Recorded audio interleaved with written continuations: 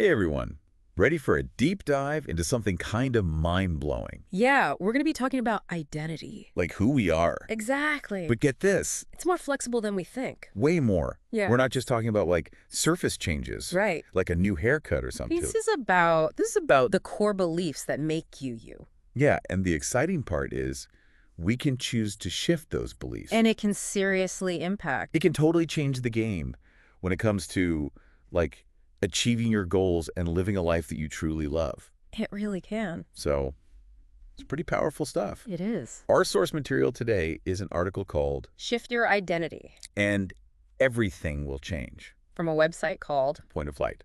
which is all about manifesting the life you want. Manifestation, yeah. Hmm. Now, when they say everything will change, They mean it. I mean, really. You really do. The article even uses some pretty strong metaphors. Like to illustrate the impact of our identity. Oh. For example, they describe a fixed identity as a prison, Whoa. trapping you in these limiting beliefs. Okay, so like if you think you're stuck. Yeah. And then on the other hand, not having a clear sense of self at all, Yeah. they describe it as being adrift, Oh, like lost at sea. without a direction. Yeah, I can definitely relate to that feeling of being adrift. Oh, yeah. Yeah, there have been times in my life where I just felt lost. Like Right. I didn't know who I was or what I wanted. Absolutely. It's like being a ship without a rudder, Totally. just going wherever the current takes you. Right. Not exactly ideal if you're trying to, Reach your destination. yeah, reach your destination. Very Exactly. So Both extremes, whether it's like, being rigidly fixed yeah, or completely undefined, yeah, both of those can actually create obstacles it's in an our lives. obstacle. When your identity is fixed, you resist change even if it's positive. Right, so you're not open to new possibilities. Eh. And then without a defined sense of self, You can easily get swayed Yeah. by external pressures. you just kind of like Yeah, like a leaf in the wind. going with the flow, but not, Not in a good way. yeah, not in a good way. Right. So maybe we should break this whole identity thing down a bit Yeah. further. Good idea. Like, what exactly is identity and Right. where does it even come from? Okay, so identity is a complex mix of things. Okay. It's beliefs, values, experiences, Uh-huh. the cultures we're exposed to, Right. and even our genes play a role. Wow. So it's like nature, nurture, all mixed together. Exactly. It's like this unique recipe that creates the you that you are today. I like that, a recipe. Yeah. And the article talks about how our upbringing plays a huge part in shaping our identity. Oh, absolutely. Like, think about it. Yeah. How did your family talk about success, relationships, or even money? Those early messages Wow. from our families and communities, Yeah. they become deeply embedded Embedded. Yeah.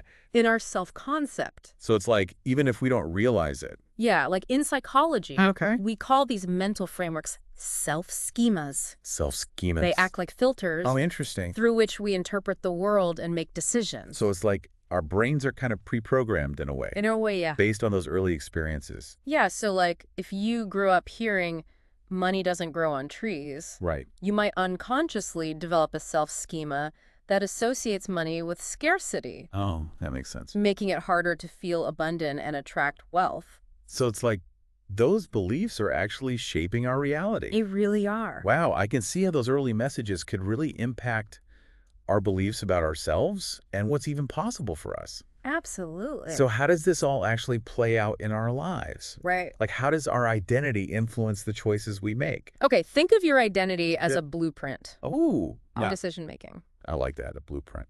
Yeah, so if your internal blueprint says you're not capable of something, you'll subconsciously sabotage your efforts to achieve it. So it's like we're working against ourselves. Yeah, it's like having this internal set of rules Oh, right. that are telling you what you can and cannot have. And we might not even be aware of it. Exactly. The article puts it this way, and I love this quote. Okay. If you identify as someone who cannot reach a goal because of perceived flaws, Right? you either will not pursue the goal or you will quit at the first sign of resistance.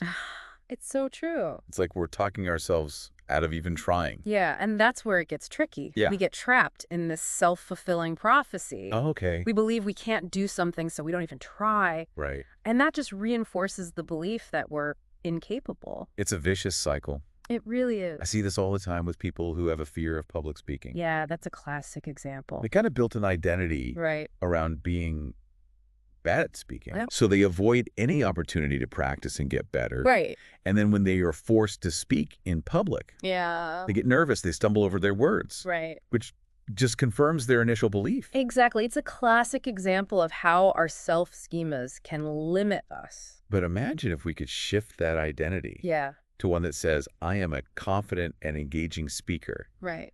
How would that change their actions? Totally. And ultimately, their results? That's the exciting potential of this, It is exciting. of understanding and intentionally shaping our identities. It is. Yeah. And that's the good news. Because as much as our identities can hold us back, Right. the great thing is Yeah. we're not stuck with them. We are not. We are not stuck. We're not stuck at all. This article really emphasizes that we have the power to choose and shape our identities to support our goals. Yeah. It's not about denying who we are or pretending to be someone we're not. Right. It's more about, like, becoming aware of the stories that we're telling ourselves. Absolutely. And realizing that we have the power to rewrite those stories if they're no longer serving us. Exactly. It's like we're the authors of our own lives. Yeah, I love that analogy. And we can choose to edit and revise the narrative whenever we want. Right. But how do we actually make those changes? Okay. Where do we even begin? Well, the article outlines 3 key steps for shifting your identity. Okay, I'm ready. And it all starts Yeah. to taking a good hard look at your existing beliefs. So step 1 is all about reflection. Yeah, reflection. We need to dig deep and question those old identity beliefs that might be holding us back. Mm-hmm. Where did these beliefs even come from? Right. Are they based on facts? Right. Or are they just stories we've been telling ourselves for years? Exactly. It's like shining a spotlight on those limiting beliefs and really examining them. Okay. Once we've identified the beliefs that are no longer serving us, Yeah.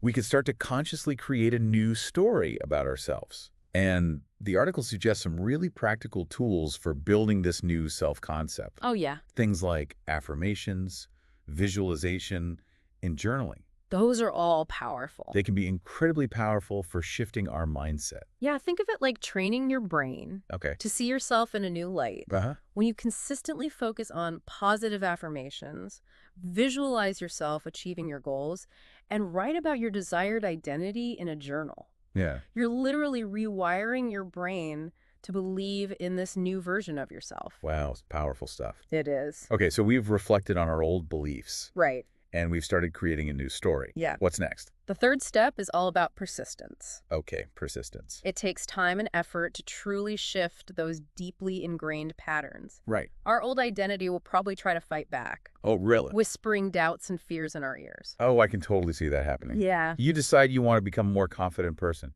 But then that little voice in your head pops up and says, who are you kidding? You're not confident.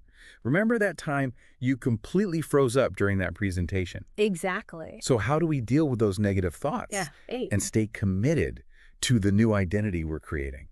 That's where things like mindfulness and self-compassion come in. Okay. When those negative thoughts arise, Yeah. acknowledge them Okay. without judgment. Okay. Remind yourself that it's perfectly normal for those old thought patterns to resurface. Right. It's a process. Yeah. It takes time to fully integrate a new identity.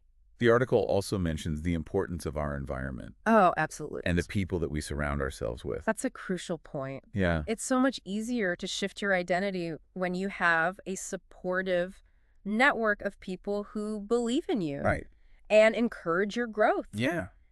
Their positive energy can help drown out those negative voices and reinforce the new story you're telling yourself. It's like having your own personal cheering squad. Okay, so we've covered the 3 key steps. Yeah. Reflect, create a new story, and persist. Mm-hmm.